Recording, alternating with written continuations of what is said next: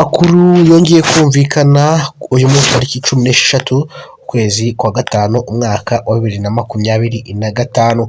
Ni amakuru yateye ubwoba ndetse anababaje, aho umugabo ukurikiranyweho gutema umuvandimwe we, umugabo wari warafungiwe ibyaha byo gukora jenoside umwaka w'1994 yongeye gutabwa muri yombi azira gutema murumuna we nyuma yuko yarekuwe, nyuma yuko ibihano byiwe byo gukora jenoside byari birangiye. Birafunguwe nk'uko n'abandi bose ibihano byabo birangiye bafungurwa.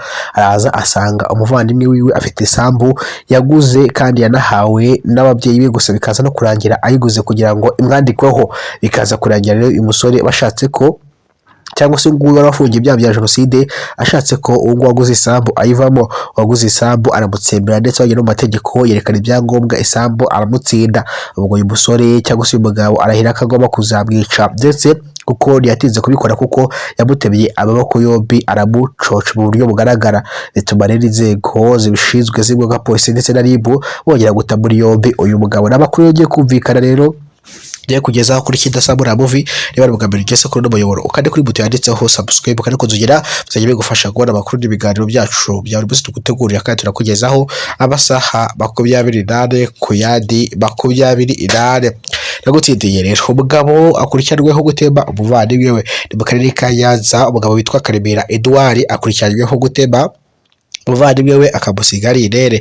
Ubu bugizi bwa nabi bwabereye mu murenge wa Muyira akarere ka Nyanza kuri uyu wa gatanu tariki ya 9 Gicurasi 2025 mu masaa 8 za kumanywa. Bamwe mu baturage bavuga ko Gasigwa Jean Damascene watabwe amaboko mu buryo bukabije yaguze ubutaka bwa Karemera Edouard bwene nyina wabo. Uyu akaba yarafungiye icyaha cya jenoside, yarangije igihano ashaka ko Gasigwa musubiza ubwo butaka, undi aramuhakanira. Ubwo abo abaturage bavuga ko guhera ubwo icyo gihe aba bagabo batongeye kubana neza, kuko ubwo Karemera yahoraga avuga ko azagirira nabi Gasigwa. Umwe muri abo baturage yagize ati Gasigwa yasanze hari abajura bibye igitoki mu murima we, arabamenya yagiye kubareba, nibwo yahuye na Karemera afite umuhoro aramucoca. Umunyamabanga nshingwabikorwa w'umurenge wa Muyira Mukanagazwa Brigitte we avuga ko abo bombi bapfuye itaka Karemera yari yarashize ku nzu ya Gasigwa amusaba kuyikuraho. Karemera araga, amuregera bagenzi biwe kugira ngo barebe ko ibigi babikiza, gusa biza kurangira rero yongeye gutema umuvandimwe we nyuma yuko yarafungiwe imyaka, yarafunzwe igihe kirekire azira ibyaha bya jenoside. Umukobwa w'imyaka 20 yatawe muri yombi na polisi y'u Rwanda akekwaho urupfu rw'umwana wiwe w'imyaka 2 yataye mu busarani wa metero 20 bagerageza kumutabara basaga yapfuye. Byabaye ku ya 9 Gicurasi 2025 mu murenge wa Tumba akagari ka Cyarwa umudugudu wa Kabeza, aho uyu mukobwa yakoraga akazi ko mu rugo.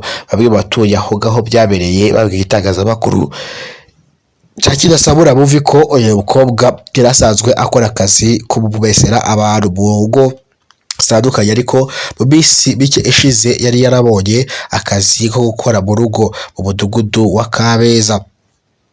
Bavuze ko kwihekura byakomotse ku makimbirane yaramaranye iminsi hagati ye n'uwo bari barabyaranye uwo mwana we, abwo mwana abigenderamo. Bavuga ko ku itariki 9 Gicurasi 2025 aribwo yahegereye abo mu rugo rwaho yakoraga badahari, agafata uwo mwana akamutema agafata umwana akamuta mu musarani, maze abantu bagahuruza polisi ikamukuramo yamaze kwitaba Imana. Umuvugizi wa polisi mu ntara y'Amajyepfo SP Emmanuel Habiyaremye yabwiye itangazamakuru cya Kidasabura ko bakibimenya batanze ubutabazi bwaratanzwe, ariko bakuramo uwo mwana yamaze kwitaba Imana. Umurambo wajyanywe ku bitaro bya Kaminuza ya Butare, naho ukekwaho biriya byaha yafungiye kuri sitasiyo ya polisi mu karere ka Goma, ya polisi ya Goma kugira ngo akurikiranwe amategeko. SP Emmanuel avuga ko aburira buri muturage wese uvuga ko cyangwa ushaka gukora urupfu cyangwa kwica ubundi muntu kubireka kuko uzabikora wese azafungwa. Uyu mukobwa naramuka hamwe n'iki cyaha azarishwa ingingo y'107 itegeko riteganya ibyaha n'ibihano muri rusange. Ivuga ko umuntu wese wica undi abishaka aba akoze icyaha, iyo abihamijwe ahanishwa igihano cy'igifungo cya burundu, baribwa ibyo kurya amafaranga ndetse